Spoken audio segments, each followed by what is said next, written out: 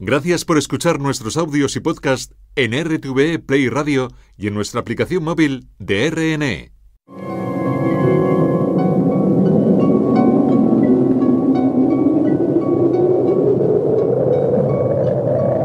Solo cuando el túnel está en la más absoluta oscuridad es cuando puede volver otra vez la luz.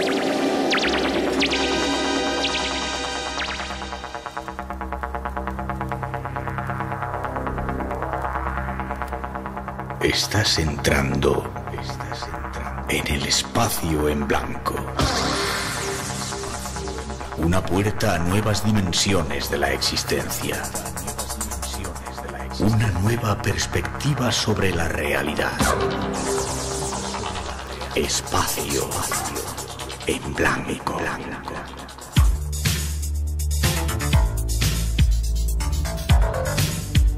Una producción escrita y dirigida por Miguel Blanco.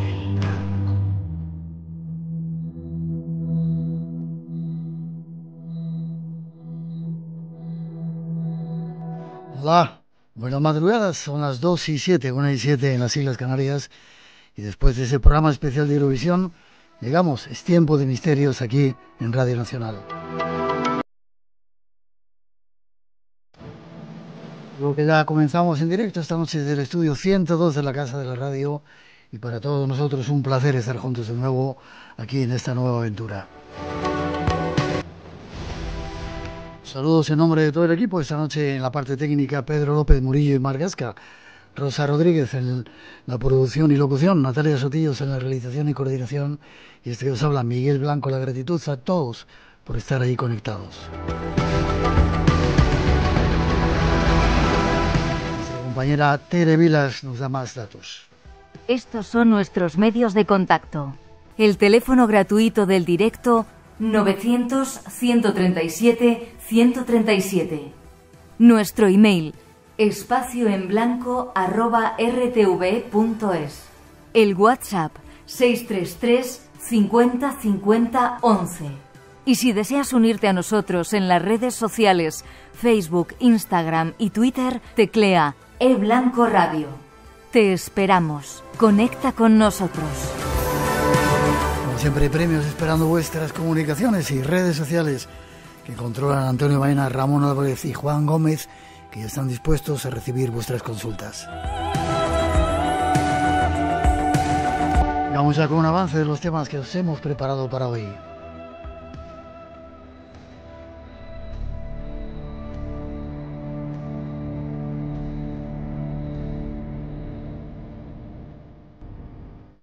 En esta ocasión os invitamos a un teatro y a una representación que ya lleva decenas de años manifestándose. Lo han bautizado como el Teatro de los OVNIs. Ese fenómeno huidizo, versátil, a veces original y siempre sorprendente. Y para tratar de comprenderlo, tendremos en nuestro programa a uno de los investigadores más eclécticos del panorama español. Junto a él, trataremos de buscar respuestas a esta obra de teatro que viene desarrollándose en nuestros cielos y en nuestras mentes.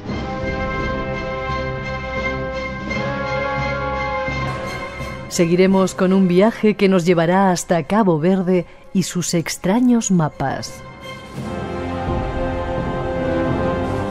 Y además, algunas otras sorpresas. La obra ya está montada y si tú quieres, puedes ser un espectador invitado.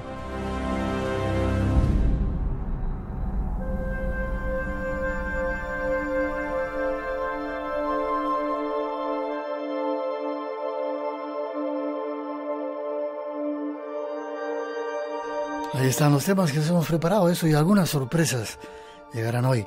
Nuestro teléfono de directo por si queréis intervenir, 900-137-137.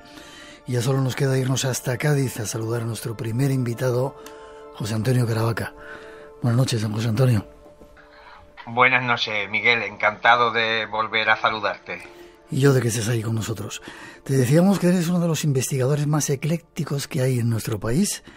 Investigador, escritor.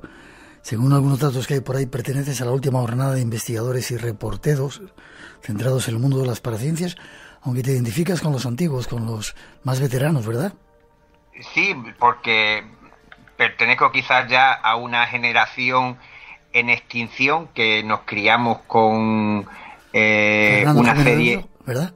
Claro, y con una serie de medios a nuestro alcance que están en las antípodas de lo que hoy día existe a nivel de comunicación y de otras cosas. Teníamos ahí las cartas como único vehículo para transmitir la información o para recibirla, y esto podría retrasarse en el tiempo durante bastante.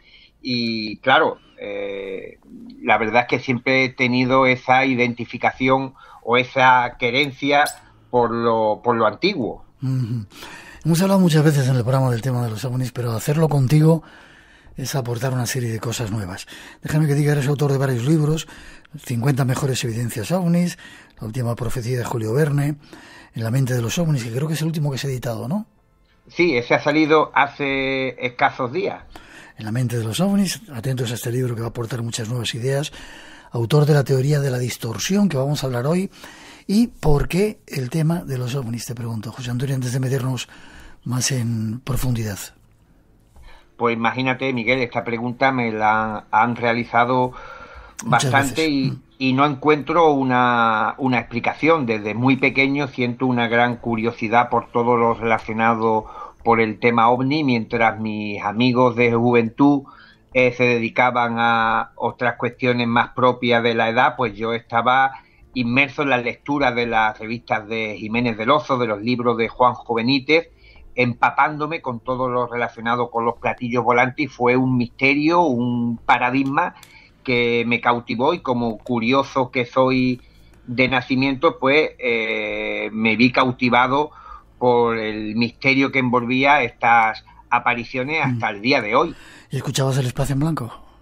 También te escuchaba de madrugada, y era prácticamente una cosa que debíamos de hacer todos los que esperábamos introducirnos en este mundillo, escucharte y ver a los invitados. Más recuerdo esas entrevistas magníficas con los veteranos, con Jiménez del Oso, con Salvador Freixedo, con el propio Juanjo Benítez, que llenaban esta cabecita que tengo de muchísima información y con ganas de seguir profundizando en el enigma ovni.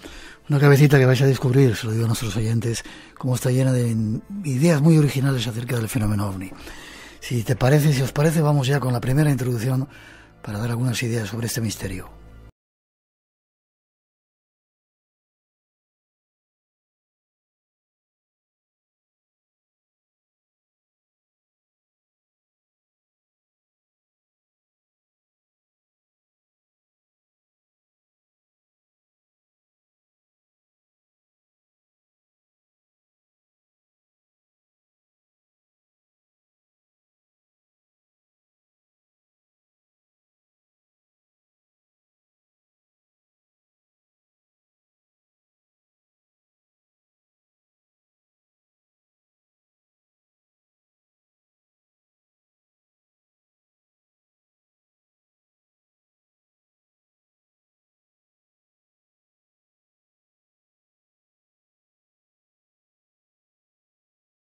De los ovnis.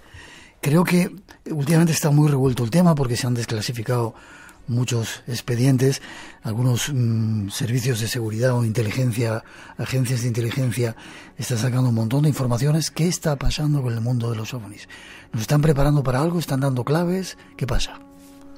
Pues fíjate, Miguel, en este aspecto ni siquiera el ufólogo más optimista esperaba que a estas alturas de la película, cuando el asunto ovni a nivel gubernamental y de medios de comunicación generalista estaba prácticamente muerto, una sensacional exclusiva en el New York Times volvió a poner en el candelero el asunto, porque se decía en un reportaje que dio prácticamente la vuelta al mundo que el Pentágono, el gobierno norteamericano, los militares, los servicios de inteligencia estaban destinando 22 millones de dólares para la investigación de fenómenos aéreos no identificados, cuando se nos había dicho que este asunto, esta materia, carecía de cualquier tipo de interés científico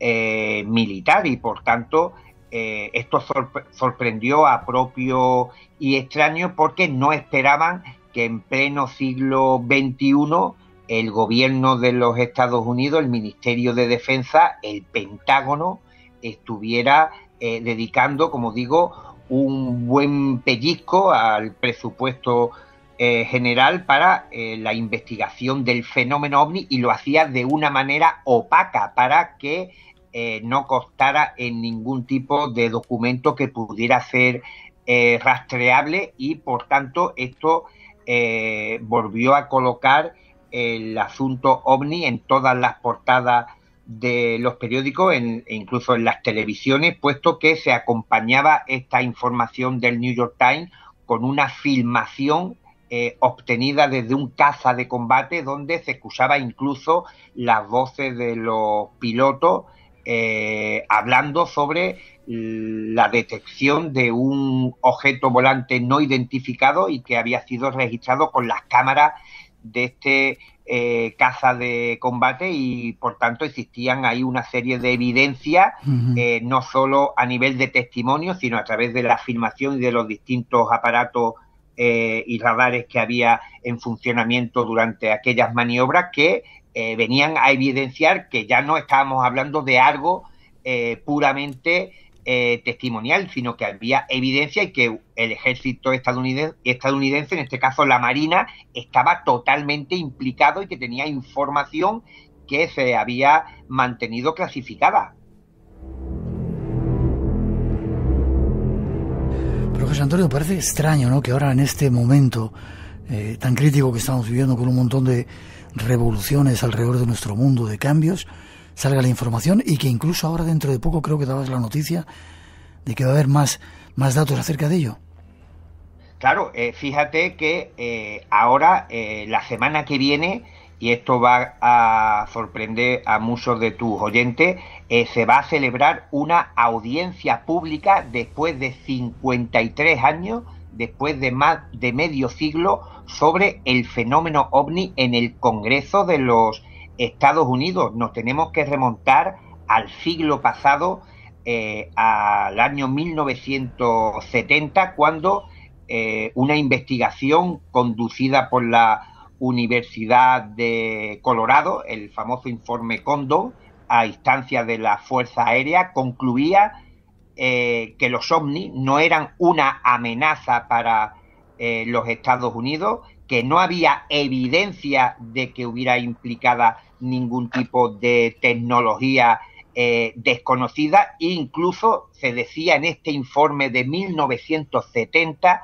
que no había ningún interés para que se destinara dinero público al fenómeno, ¿verdad? Ni siquiera, y fíjate, Miguel, ni siquiera en futuros que se dieran por que apareciera algún caso o cualquier otra cuestión que motivase de nuevo investigaciones, y desechaban siquiera esta posibilidad. Y sin embargo, en 2017 se nos empieza a decir que el fenómeno OVNI es una amenaza, que hay evidencia de una tecnología desconocida y que hay que invertir dinero. Y como digo, el martes de la próxima semana se va a celebrar una audiencia pública, porque ha habido congresistas que están muy interesados en conocer qué hay ya de verdad detrás del fenómeno OVNI. Y fíjate que uno de ellos, el senador Andrew Carlson, ha comentado que, dado que se trata de un asunto de gran interés público, cualquier secreto indebido puede servir de obstáculo para resolver el misterio o impedir encontrar soluciones a posibles vulnerabilidades del ejército estadounidense. Por tanto, se está pidiendo que se haga todo de forma transparente, diáfana, que llegue toda la información al público para conocer, por ejemplo, el informe que se publica en el 2020, donde se habla de que hay 144 incidentes investigados desde el 2004 y que muchos de ellos permanecen sin explicación. Se dio a conocer que hay al menos 18 incidentes donde estos sujetos demostraron tener unos patrones de movimiento o características de vuelo inusuales y a todas luces inexplicables. Ni siquiera mediante los radares de los portaaviones ni de los aviones de combate lograron identificar la fuente de propulsión de algunos de estos objetos que realizaban, como digo, maniobras en el aire que eran totalmente imposibles para una aeronave convencional. Inversiones de dinero, una intervención en el Congreso, igual está pasando algo en los cielos y todavía no sabemos. Vamos con la segunda parte a dar más datos de todo este extraño mundo.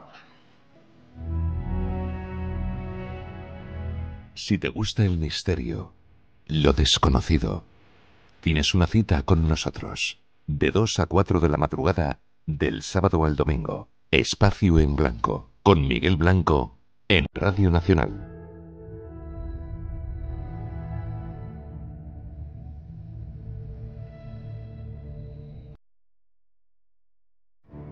¿Qué ocurriría si buena parte de los archivos de los investigadores OVNI fueran fruto de un gigantesco engaño?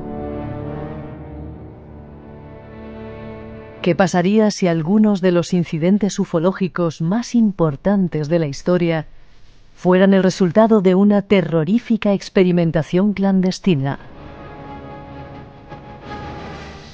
¿Existe una gran operación de inteligencia para manipular el fenómeno OVNI desde sus inicios?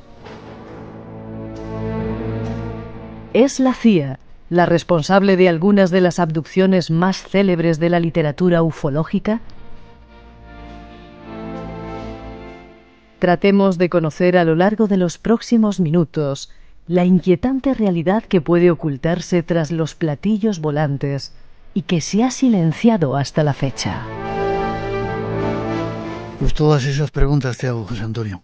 ¿La CIA o algún estamento de esos de inteligencia está detrás de algunos de los casos? Dicho de otra manera, ¿nos la han metido de volada? Pues en algunos incidentes parece que sí. Fíjate que en el informe que se entrega el año pasado, en junio, entre las posibilidades para explicar estos 144 casos a los que hacía anteriormente alusión, se comentaba como una de las teorías posibles programas secretos del propio gobierno estadounidense que no fueran conocidos por el resto de los miembros del ejército, y por tanto es posible que algunas operaciones secretas de diferente índole hayan provocado avistamientos OVNI y otro tipo de experiencia incluso más aterradora. Tenemos que recordar que hace unos cuantos años la CIA no tuvo inconveniente en decir que muchos avistamientos que se produjeron en la década de los 50 en los Estados Unidos fueron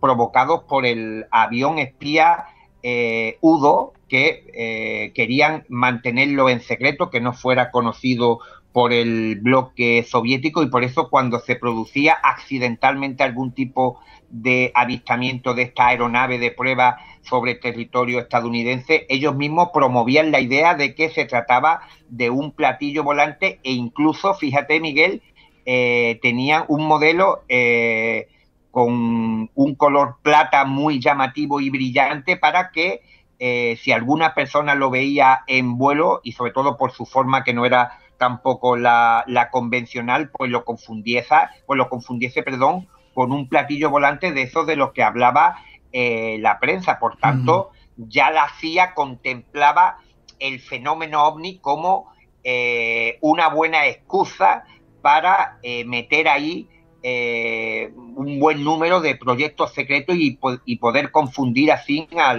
al público. Vale. Y en cuanto a las abducciones, ¿ha habido abducciones que hayan sido provocadas por estas agencias de inteligencia?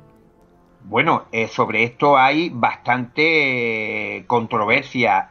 Investigadores de la talla de Jacques Vallée lo contemplan y así lo refleja en su libro Revelaciones del año 1992, pero incluso hay investigadores como Helmut Lammer, con el que yo tuve ocasión de hablar, que me comentaba que durante sus investigaciones referentes al tema de las abducciones comprobó cómo había muchos incidentes donde las personas que decían que habían sido secuestrados por seres extraterrestres le hablaban también de que junto a este tipo de entidades había personas, seres humanos y concretamente militares y lo que parecían ser médicos, y esto le llamó poderosamente la atención e incluso comprobó cómo otros compañeros, otros investigadores tenían también datos muy similares de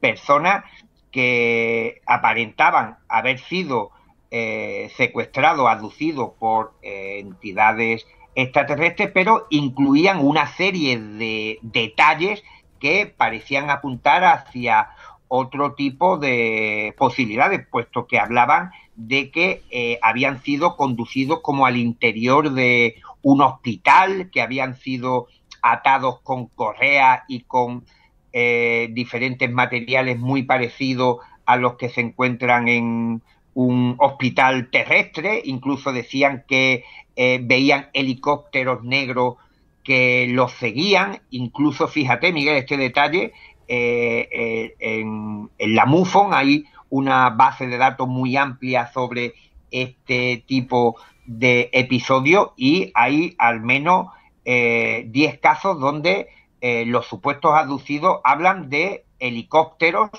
que sobrevuelan los alrededores de su domicilio e incluso furgonetas que parecen seguir sus vehículos como si fueran equipos de control o de monitorización de los testigos. Y esto a Helmut Lammer, como él mismo me dejó entrever, le ocasionó bastante problemas porque todo parecía indicar de que el gobierno norteamericano, algunas agencias de inteligencia estaban desarrollando programas de control mental, realizando experimentaciones con ciudadanos estadounidenses de forma evidentemente ilegal, pero escudándose en el tema extraterrestre, aplicando droga y sometiendo incluso a las personas a exposición de campos magnéticos.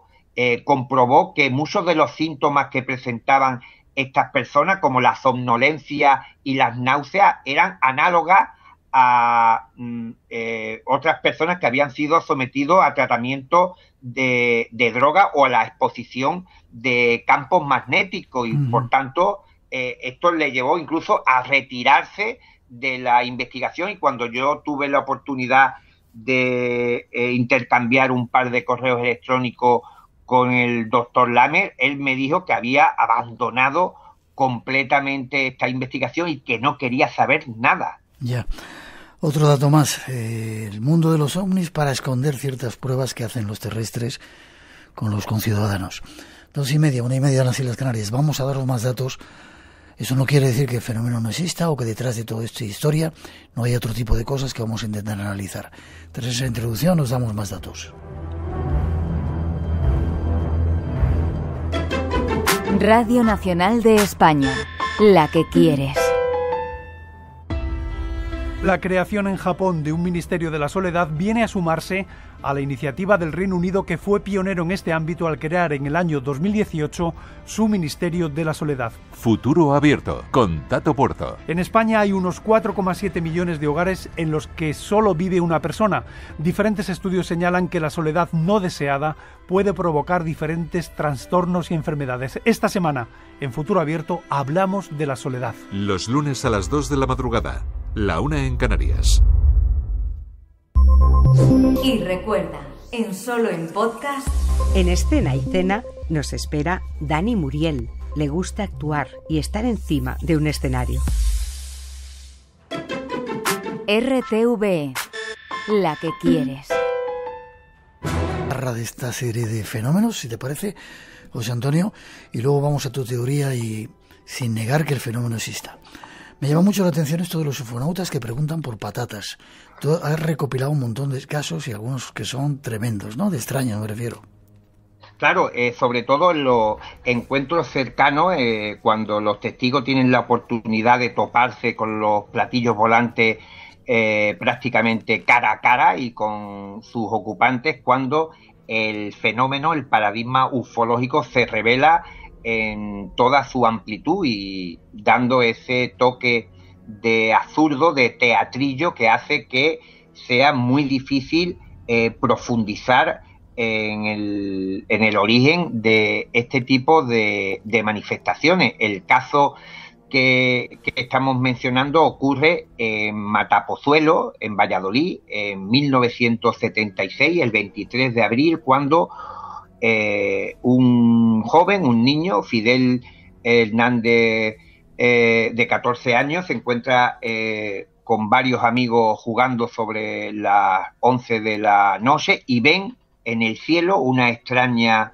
luminaria de color rojo que se acerca, que aterriza cerca de donde ellos se encuentran y evidentemente los niños entran en pánico y salen corriendo del lugar para volver a sus casas, pero Fidel, curioso, decide volver y es entonces cuando ve que aquel objeto se trata de una especie de nave de color rojo, que hay una puerta parecida a la de un ascensor por la que descienden tres hombres muy altos, como él mismo los describe, de al menos 2,5 metros de altura, que van vestidos con un traje ceñido, con cinturón bastante luminoso, tienen los ojos rasgados. Él los compara a los de los chinos, a los de los asiáticos, y le hablan con una voz lenta y rara, que él no la sabe comparar con nada que había escuchado anteriormente, porque parece que no mueven los labios, sino que se trata de una comunicación de tipo telepático, y aquellos seres comienzan a hablarle sobre algunas cosas que ven por los alrededores y muestran interés, Miguel, por las patatas, unos hipotéticos científicos que han manufacturado una nave espacial en algún recóndito planeta alejado de la galaxia y vienen hasta la Tierra para preguntarle a un chaval de 14 años por la siembra de patatas. Después de una conversación que duraría entre 15 o 30 minutos,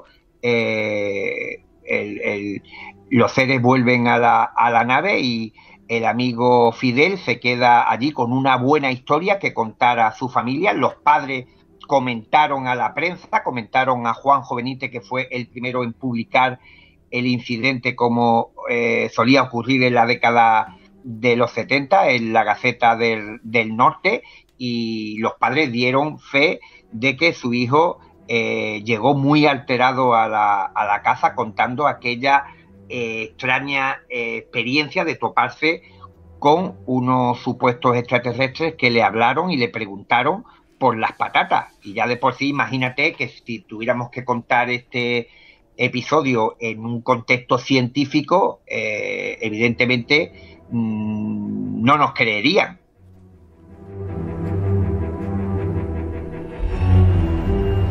Pero hay más casos extraños acerca de estas visiones, sin menospreciar otra serie de experiencias de las cuales hemos hablado muchas veces y de las cuales no hay duda.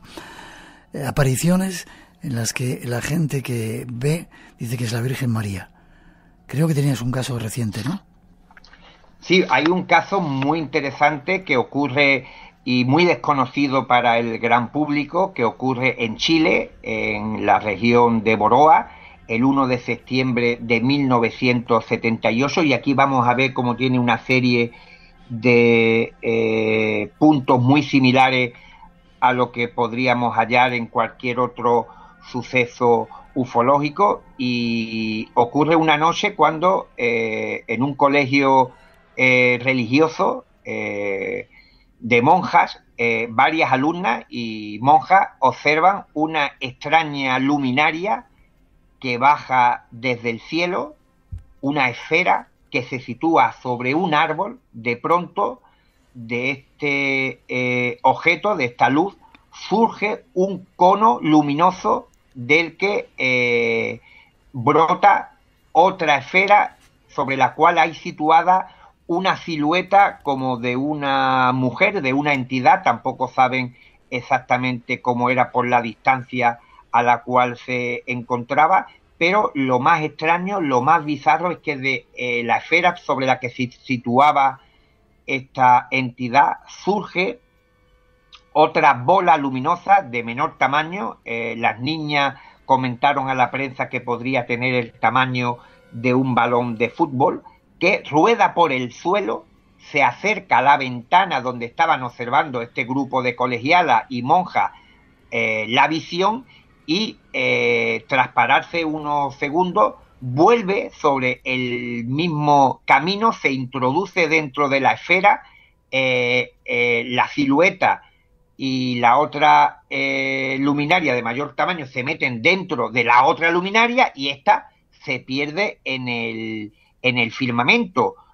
Lo más bizarro es que cuando los investigadores acuden al lugar, y yo tuve la oportunidad de hablar con Juan Jorge Faunde, que fue uno de los ufólogos que acudió en el año 1978 a aquel colegio a entrevistar a las monjas y a las niñas, me comenta, y este dato te va a llamar poderosamente la atención, Miguel, es que aquella esfera que surge de lo que ellos consideraban que era una aparición mariana había aplastado los vegetales de la zona, había calcinado muchos de ellos, y cuando llevaron unas muestras a la Universidad de la Frontera allí en Chile, le comentaron que tenía un nivel de radiactividad superior a lo normal. Por tanto, una aparición mariana que fue catalogada como tal tenía una serie de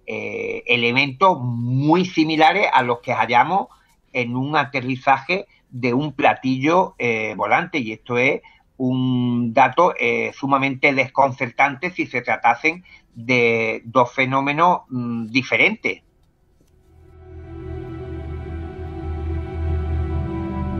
Y antes de seguir adelante y ir a tus teorías, el extraño caso de los hombres chopo. ¿Dónde se da esto, José Antonio? Bueno, esto ocurre en 1985, es un poco más reciente. Ocurre en Castro Nuño, en Valladolid, cuando el ganadero César Gómez, como tenía costumbre de hacer cuando fue a encerrar sus vacas, y ya puedo adelantar que se trata de un episodio bastante extraño incluso para lo que estamos hablando, se topa en mitad de la noche con 3 extraños visitantes de 2,80 metros de altura, que vestían ropa muy ajustada como de cuero, con chaquetas, pantalones y botas de color marrón. Él dijo que parecían que iban vestidos como si fueran motoristas, tenían los dedos de la mano muy gruesos, y se fueron directamente hacia César Gómez, y tuvieron una conversación, y aquí está el dato interesante. El testigo dijo a la prensa, a los investigadores, que no podía contar lo que le habían dicho. Wow. Y que le habían contado, y esta fue la expresión que él dijo, vinieron hacia mí, me hicieron preguntas, me contaron secretos que no puedo decir, pero que eran ciertos todos. Me desvanecí y no los volví a ver.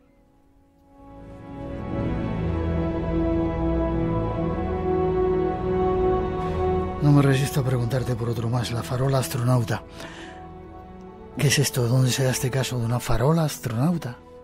Bueno, imagínate, ya nada más que por el tema de la farola astronauta merece la pena buscar el libro de En la mente de los ovnis, donde se recogen algunos de estos incidentes que estamos mencionando hoy aquí en Espacio en Blanco, y esto es un suceso, digamos, mítico dentro de la casuística ufológica española. Ocurre en un pueblo de Cantabria llamado Escalante, cuando en 1976, estamos hablando de una década prodigiosa con todo lo referente al tema ovni, dos trabajadores que iban a incorporarse a su trabajo, Margarita y Miguel, van en su vehículo y ven por mitad de la ciudad, andando, una forma gigantesca, a una distancia de unos 70 a 90 metros, y aquello era un individuo, una entidad muy alta ellos lo comparan que podría tener la altura de una farola, rozaba las ventanas más altas de alguna de las casas, iban dando por mitad del pueblo, y aquella entidad tenía, no lo vieron con bastante detalle, pero sí decían que en el pecho tenía una zona blanquecina como brillante, que los movimientos eran pausados, parecía que aquel ser andaba en cámara lenta, les recordó al movimiento que hacían los astronautas en la Luna, y se fue perdiendo en la lejanía en el momento que vieron que se alejaba de la posición en la que ellos estaban, y ellos calculan que podría tener alrededor de 3 metros con 20 centímetros de altura. Casos para todos los gustos, José Antonio. El teléfono, por si queréis intervenir o tenéis algún caso que contar de estos extraños, 900-137-137. Vamos ya a tratar de sacar conclusiones de todo este teatro de los ovnis. Espacio en Blanco, en Radio Nacional, con Miguel Blanco.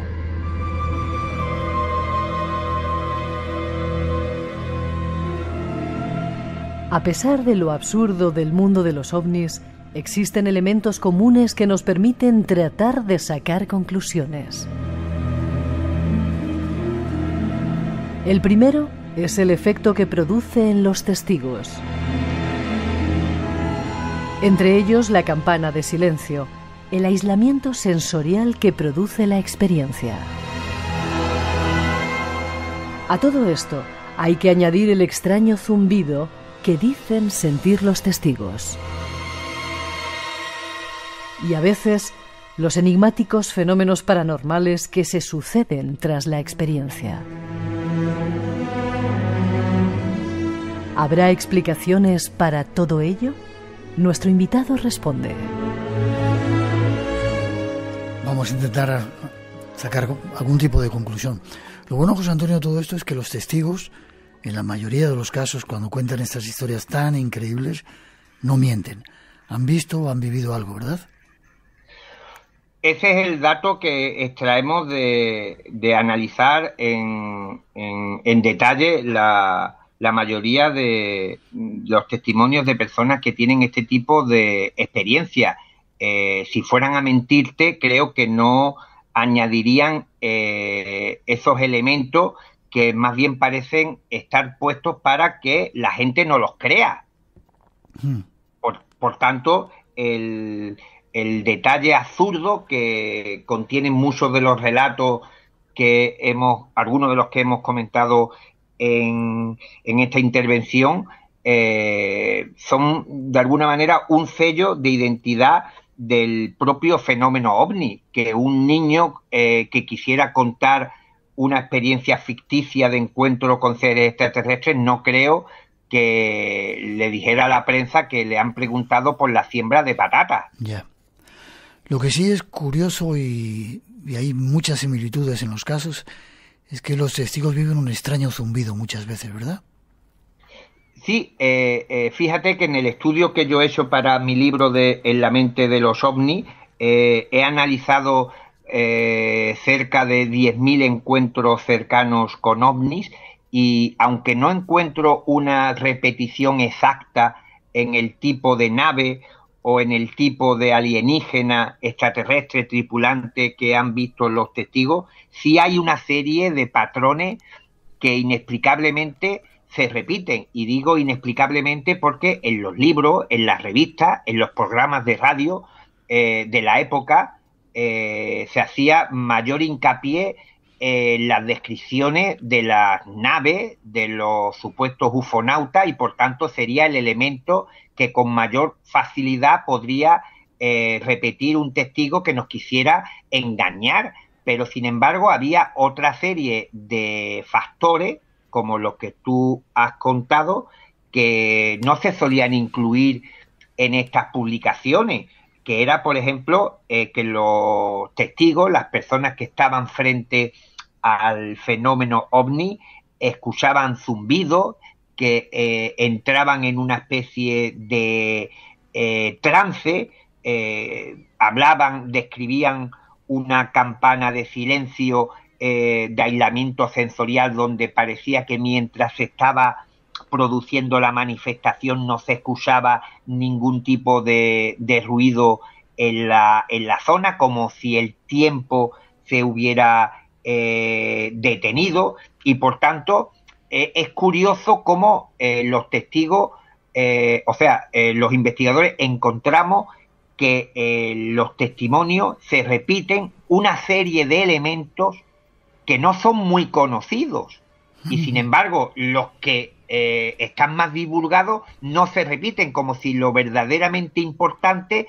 quizás fueran esta serie de detalles que se consideraban por parte de los investigadores más ortodoxos como colaterales al principal fenómeno, que es la visita a nuestro planeta por parte de seres extraterrestres. Pero desde mi punto de vista quizás hemos errado al clasificar esta serie de patrones como simplemente circunstanciales, sin ningún tipo de interés, cuando realmente son los que se van encontrando de un evento a otro. Incluso en las apariciones marianas, los zumbidos, los trances, las campanas de silencio existen, ¿verdad?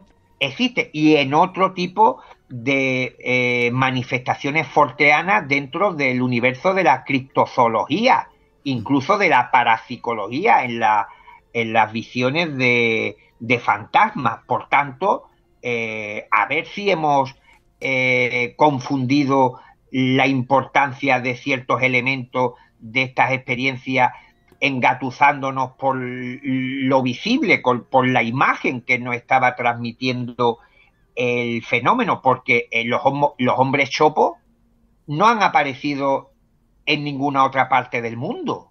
Ya. Déjame que vayamos con un cortecito que tenemos preparado y con la última parte para tratar de sacar conclusiones y explicar esa teoría que tú tienes, la teoría de la distorsión. En este cuarto vimos ese tipo con aspecto extraterrestre en esa puerta, en este lado, 1,5 metros de altura. Se asoma algo que parece un pequeño alienígena. Te lo quedas mirando y piensas, ¿qué acabo de ver? Pero se le ve claramente. Aquí fue donde me desperté en mitad de la noche, siendo transportada hacia el vestíbulo, como si me trajeran hasta aquí. No iba levitando, me iban llevando. Había algo o alguien. No lo sabía porque no podía moverme. Solo sentía manos bajo mi cabeza, bajo mis pies. Me llevaban bajo la luz. Podía ver las telarañas, podía ver la pintura del techo. Estaba despierta.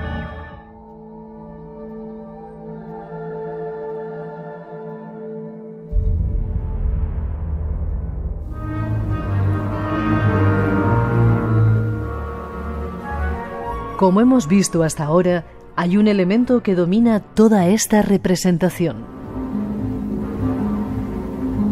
El absurdo, el estar sin estar. Paradojas de un enigma que se aparece sin explicaciones y que deja huella en los testigos.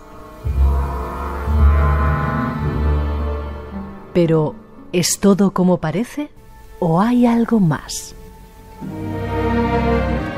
Vamos a ver si hay algo más. Te paso dos comentarios. Pudiera ser que las personas que afirman haber tenido contacto, porque su cerebro, su mente está más desarrollado, con algún tipo de capacidad que al resto de los mortales se nos escapa. Y te pido que seas muy breve porque nos quedan 4 minutitos para terminar esta parte del programa. Bueno, precisamente estamos hablando de que muchas personas que dicen haber estado frente a un fenómeno anómalo, y aquí lo englobamos prácticamente todo, dicen estar en un estado alterado de conciencia. Y quizás esta sea una de las claves de que este tipo de apariciones ocurren en porciones o resquicios de la realidad que no son perceptibles en nuestro estado normal. Vale. Dice, no dudo que algunas operaciones sean secretas, como hemos hablado al principio, y que algunos de los artefactos que se ven sean producto del ser humano, pero no todo es explicable y hay avistamientos de origen sobrenatural. ¿Estás de acuerdo con esto? Claro, y tú mismo lo has comentado antes perfectamente, Miguel. Vale. O sea, la CIA, los servicios de inteligencia, utilizan como escudo el fenómeno OVNI porque existen una serie de fenómenos inexplicados y ahí se cuelan ellos. Vale. ¿Y qué es esto de la teoría de la distorsión? Tienes 2 minutitos. Quizá que todo este fenómeno, antes has dicho apariciones, elfos, criptozoología, esté todo envuelto como que venían de otra dimensión, ¿o qué tiene que ver todo esto? Bueno, lo que la teoría de la distorsión defiende es que sea lo que se está manifestando a los testigos bajo diferentes estéticas, y aquí hablamos de la ufológica, las apariciones marianas, la criptozoológica y la forteana, utiliza el componente sociocultural que se encuentra latente en la época, pero sobre todo para la conformación del aspecto visual. Este fenómeno conecta de alguna forma con el inconsciente de los testigos para construir una escenografía que no se va a volver a repetir en otra parte del mundo. Los archivos de los investigadores están repletos de infinidad de tipologías de humanoides, y un tanto de lo mismo ocurre con cualquier otro estudioso de otro tipo de anomalías. Por tanto, sea lo que sea lo que se está apareciendo al ser humano desde que puebla este planeta, está utilizando una serie de códigos visuales que son aportados por el testigo. De otra manera, hace mucho tiempo que hubiéramos sido capaces al menos de tener una fotografía fija de ese fenómeno que se está presentando. Ya. ¿Crees, ya casi terminando, José Antonio, que algún día llegaremos a comprender esta historia? ¿O voy más adelante? ¿Que algún día se presentarán así de una manera de decir, aquí estamos, somos nosotros, somos así, y esto es lo que hay? Bueno, yo particularmente pienso que estamos ante algo un poco más complejo y relacionado con el entendimiento completo del universo y de la realidad. Quizás esto ocurre, como decía anteriormente, en porciones, en resquicios de la realidad que está vedada para nuestros sentidos ordinarios, y no se trataría en sí ni de una civilización ni de entidades como las entendemos desde nuestro concepto humano, sino de algo que se expresa, que nos quiere dar a conocer lo que hay detrás de este tipo de manifestaciones, pero para llevarnos a ese entendimiento global de nuestra posición en el universo y sobre todo para que comprendamos realmente qué es la realidad.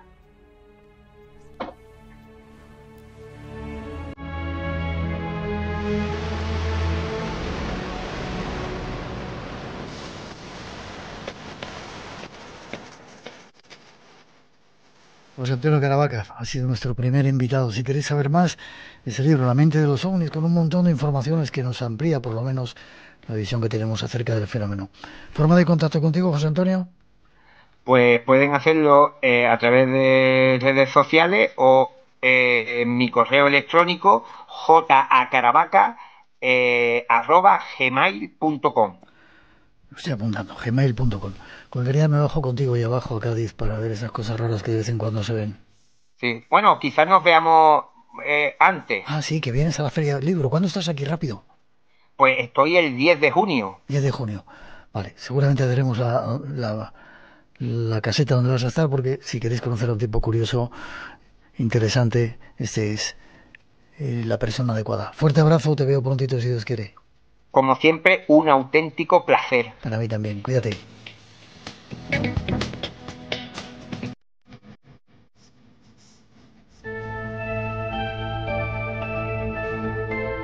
Hemos de hacer una pausa, llegan nuestros compañeros de los informativos de las 3 para daros toda la actualidad. Tras ellos regresa El Misterio, redes sociales abiertas, Blanco Radio en Facebook, Twitter e Instagram. Estamos a punto, yo creía así, ya soy San Isidro. Viene un invitado que nos va a contar algunos misterios de San Isidro y luego os invitamos a ir de viaje. Hablábamos de Colón el otro día, tenemos más datos para daros y de algunos extraños navegantes que anduvieron por ahí. No os lo perdáis en la segunda hora del Espacio en Blanco.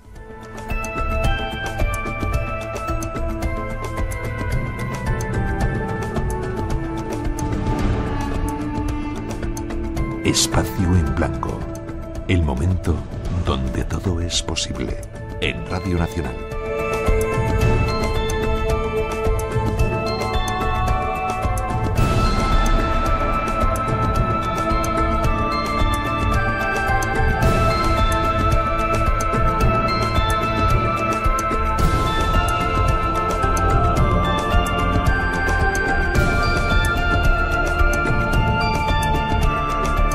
Espacio en Blanco. Cada madrugada de sábado a domingo, la magia del misterio te espera en Radio Nacional de España.